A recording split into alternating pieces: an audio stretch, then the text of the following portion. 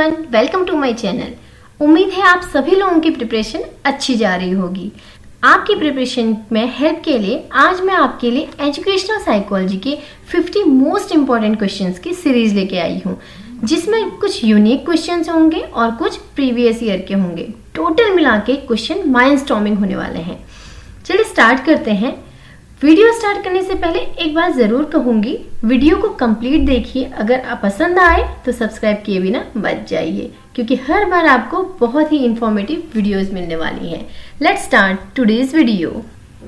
First question है, according to dash dash ritualization, rituals and ritualism are developed inside the individual during psychological development stage। कौन से मनोवैज्ञानिक के अनुसार मनोसामाजिक विकास की अवस्था में व्यक्ति के अंदर कर्मकांडिता, कर्मकांड एवं कर्मकांडवाद का विकास होता है? किस मनोवैज्ञानिक ने यह माना कि मनोसामाजिक विकास की अवस्था में व्यक्ति के अंदर इन गुणों का विकास होता है? ए ऑप्शन है एरिक्सन, बी फ्रायड, सी ऑलपर्ट, डी आइजेंक। इनमें से किस साइकोलॉजिस्ट ने यह माना?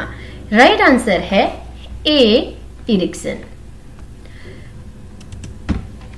सेकेंड क्वेश्चन है, who was the propounder of incentive theory of motivation? अभिप्रेरणा के प्रोत्साहन सिद्धांत के प्रतिपादक कौन थे? अभिप्रेरणा का प्रोत्साहन सिद्धांत किस मनोवैज्ञानिक ने दिया था? ए ऑप्शन है हल, बी है मॉर्गन, सी है बॉल्स एंड पफमैन, डी है मैकडूगल। इनमें से राइट आंसर क्या होगा? इसका राइट आंसर है मोटिवेशन का इंसेंटिव सिद्धांत यानी प्रोत्साहन सिद्धांत दिया था हल ने। थर्ड क्वेश्चन है, who explained that there is a correlation between delinquent behavior and mesomorphic structure। delinquent behavior का मतलब है अपराधी व्यवहार और mesomorphic structure का मतलब है जो हष्ट पुष्ट हट्टे कट्ठे जो आदमी होते हैं उनको कहा जाता है, उनका स्ट्रक्चर कहा जाता है mesomorphic structure। अब ये किस मनोवैज्ञानिक ने ये कहा था कि मेसोमॉर्फिक स्ट्रक्चर और डेलिंक्वेंट बिहेवियर वाले इंसानों में कोरिलेशन होता है, उन दोनों के बीच में कोई रिलेशन पाया जाता है? ए थॉर्नडाइक ने कहा था, बी स्वार्ट्ज ने कहा था, सी बेंडूरा ने कहा था, या डी विलियम शेल्डन ने कहा था?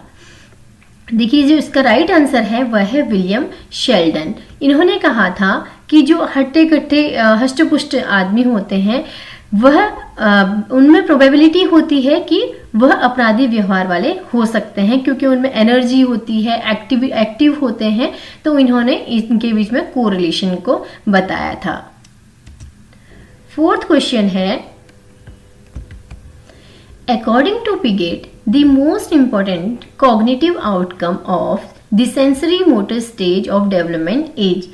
पिगेट के अनुसार विकास के जो सेंसरी मोटर स्टेज होती है, इंद्रिय गतिक चरण इसे कहा जाता है, उसमें सर्वाधिक महत्वपूर्ण संज्ञानात्मक परिणाम क्या होता है? यानी सेंसरी मोटर स्टेज में जो कॉग्निटिव आउटकम है वह कौन सा होता है?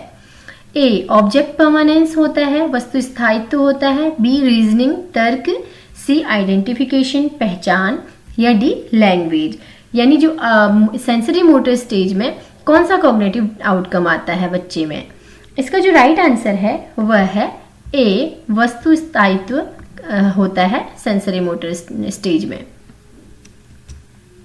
फिफ्थ क्वेश्चन है, which of the following statement is correct with regard to growth and development? Growth and development वृद्धि और विकास से संबंधित निम्न में से कौन सा कथन सत्य है? ए ऑप्शन है growth is psychological and development is physical. वृद्धि मनोवैज्ञानिक है और विकास भौतिक है। क्या यह सही है?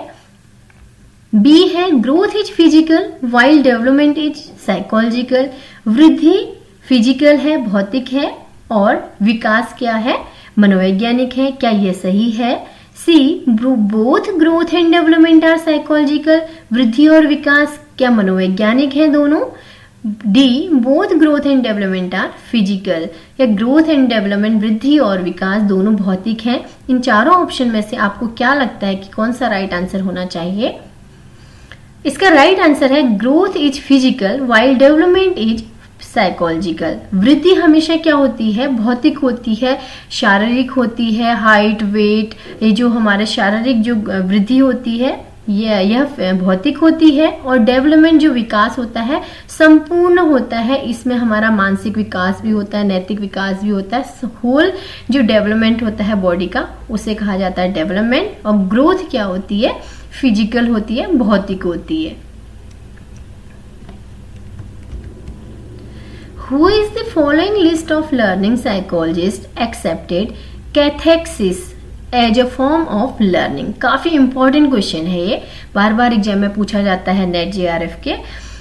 निम्न में से कौन से मनोवैज्ञानिक ऐसे हैं जिन्होंने यह माना कि लर्निंग में, अधिगम में कैथेक्सिस एक फॉर्म है, लर्निंग की एक फॉर्म है कैथेक्सिस। कैथेक्सिस का मतलब होता है मानसिक शक्ति, माइंड पावर। लर्निंग का एक फॉर्म है माइंड पावर या कैथेक्सिस।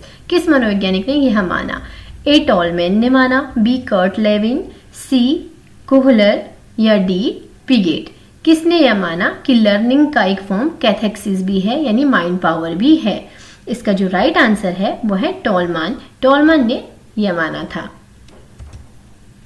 7th क्वेश्चन है, the idea of unconscious motivation is one of the major contribution of the psychologist. The idea of unconscious motivation का मतलब है अचेतन अभिप्रेरणा। अनकॉन्शियस मोटिवेशन, अचेतन, यानी एक तो होता है कॉन्शियस, एक होता है अनकॉन्शियस, चेतन और अचेतन। अचेतन मोटिवेशन का विचार निम्न में से किस मनोवैज्ञानिक ने दिया था?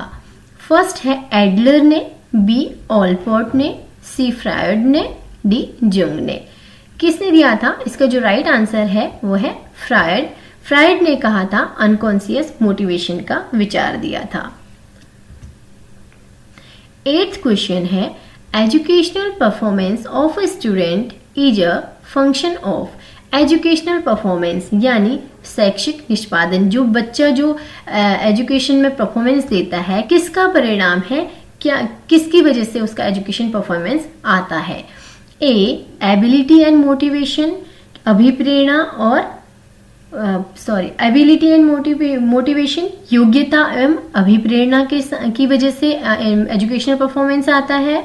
B motivation and social background, अभिप्रेरणा और सामाजिक बैकग्राउंड की वजह से, पृष्ठभूमि की वजह से। सी सोशल बैकग्राउंड एंड पेरेंटेज, सामाजिक जो पृष्ठभूमि है और माता पिता की वजह से। D academic reputation of the school, विद्यालय की शैक्षिक ख्याति की वजह से। निम्न में से किससे बच्चे में जो एजुकेशनल परफॉर्मेंस देखा जाता है किससे आएगा? इसका जो राइट आंसर है वह है first A ability and motivation. किसी बच्चे की जो योग्यता होती है और उसको जो मोटिवेशन दिया जाता है उसकी वजह से एजुकेशनल परफॉर्मेंस बच्चे के अंदर आता है, शैक्षिक निष्पादन दिखता है बच्चे में।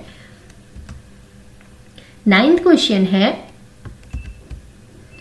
according to Piaget, animism and egocentrism are characteristics of। Piaget के अनुसार एनिमिज्म यानी जीववाद तथा ईगोसेंट्रिज्म का मतलब आत्मकेंद्रिता किसके कैरेक्टरिस्टिक्स हैं? कौन से स्टेज के कैरेक्टरिस्टिक्स हैं? A sensory motor stage, B pre operational stage, C stage of concrete operation, D stage of formal operation.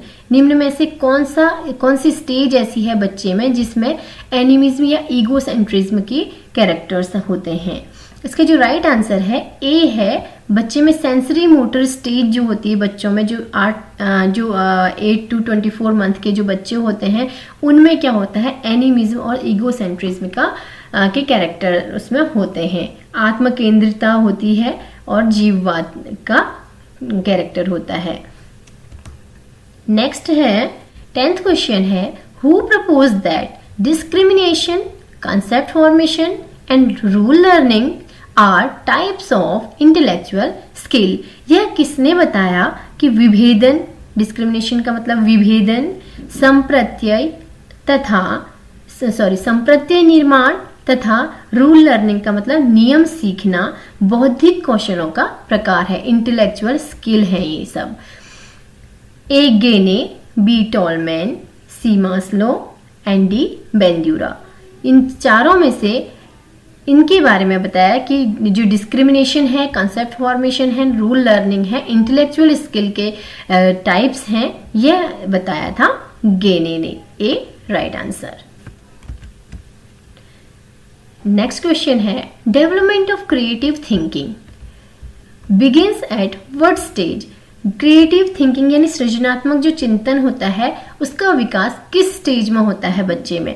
A infancy में होता है, बी चाइल्डहुड में, सी एडोलसेंस में एंड डी एडल्टहुड में। क्रिएटिव थिंकिंग बच्चे में शुरू होती है एडोलसेंस से, किशोरावस्था से। Which stage of person's life, emotions and their control become crucial for professional and personal wellness lifestyle? किसी व्यक्ति के जीवन के किस चरण में भावनाओं और उन पर नियंत्रण पेशेवर और व्यक्तिगत स्वास्थ्य जीवन शैली के लिए महत्वपूर्ण बन जाता है? कौन सी स्टेज ऐसी है मनुष्य की जिसमें उसके जो इमोशंस होते हैं और उन पर कंट्रोल, इमोशंस और उन पर कंट्रोल पेशेवर और व्यक्तिगत जीवन स्वास्थ्य जीवन की शैली के लिए महत्वपूर्ण बन जाते हैं, यानी प्रोफेशनल और पर्सनल लाइफ के लिए जरूरी हो जाते हैं। किस स्टेज में ऐसा होता है? ए लेटर चाइल्डहुड में होता है, अर्ली एडोलसेंस में, सी लेटर एडोलसेंस में, डी एडल्टहुड में। इसका जो राइट आंसर है वो है एडल्टहुड में होता है। एडल्टहुड में क्या होता है कि कोई भी इंसान की जो अपना पर्सनल या प्रोफेशनल जो लाइफस्टाइल होती है उसमें अपने इमोशंस को और अपने इमोशंस पर क्या करने लग जाते हैं, वो कंट्रोल करने लग जाते हैं, इसलिए एडल्टहुड इसका राइट आंसर है। नेक्स्ट क्वेश्चन आता है which of the intelligence does not stop increasing with age of person. निम्न में से कौन सी बुद्धि ऐसी है जो व्यक्ति के आयु के साथ अविवृद्ध होने से रुकती नहीं है, यानी व्यक्ति की एज बढ़ती जाती है और एज बढ़ने के साथ साथ वह बुद्धि रुकती नहीं है, बुद्धि भी बढ़ती जाती है।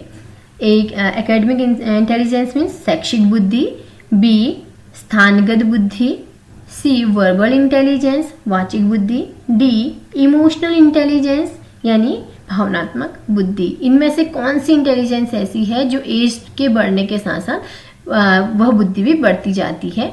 इसका राइट आंसर है डी इमोशनल इंटेलिजेंस। इमोशंस हमारे जो होते हैं वो कभी खत्म नहीं होते, एज के बढ़ने के साथ साथ भी चलते रहते हैं। नेक्स्ट क्वेश्चन आता है classification of personalities as introvert and extrovert was first made by. अंतर्मुखी और बहिर्मुखी, अंतर्मुखी और बहिर्मुखी के रूप में व्यक्तित्व का वर्गीकरण किसने किया था? किसने इंट्रोवर्ट्स और एक्सट्रोवर्ट्स पर्सनैलिटी के बारे में बताया था? ए एडलर, बी फ्रायड, सी जंग, डी नेस्लो। इनमें से कौन साइकोलॉजिस्ट हैं? सी जंग ने बताया था इंट्रोवर्ट एंड एक्सट्रोवर्ट्स। ये भी काफी इंपॉर्टेंट क्वेश्चन है। नेक्स्ट क्वेश्चन आता है which of the following concept at intelligence uses associative thinking. निम्न में से कौन सा बुद्धि का संप्रत्यय सहचार्यात्मक चिंतन का प्रयोग करता है, यानी एसोसिएटिव थिंकिंग का प्रयोग करता है? ए ऑप्शन है एकेडमिक इंटेलिजेंस। क्या शैक्षिक बुद्धि करता है एसोसिएटिव थिंकिंग का यूज? बी इमोशनल इंटेलिजेंस भावात्मक बुद्धि, सी स्पिरिचुअल इंटेलिजेंस आध्यात्मिक बुद्धि, डी न्यूमेरिकल इंटेलिजेंस संख्यात्मक बुद्धि। कौन सी बुद्धि का संप्रत्यय सहचार्यात्मक चिंतन एसोसिएटिव थिंकिंग का प्रयोग करता है? इसका जो राइट आंसर है वह है be emotional intelligence. Emotional intelligence क्या करती है? एसोसिएटिव थिंकिंग का प्रयोग करती है। आई होप आपको वीडियो पसंद आया होगा। मिलते हैं नेक्स्ट वीडियो में। Thank you for watching. Bye bye.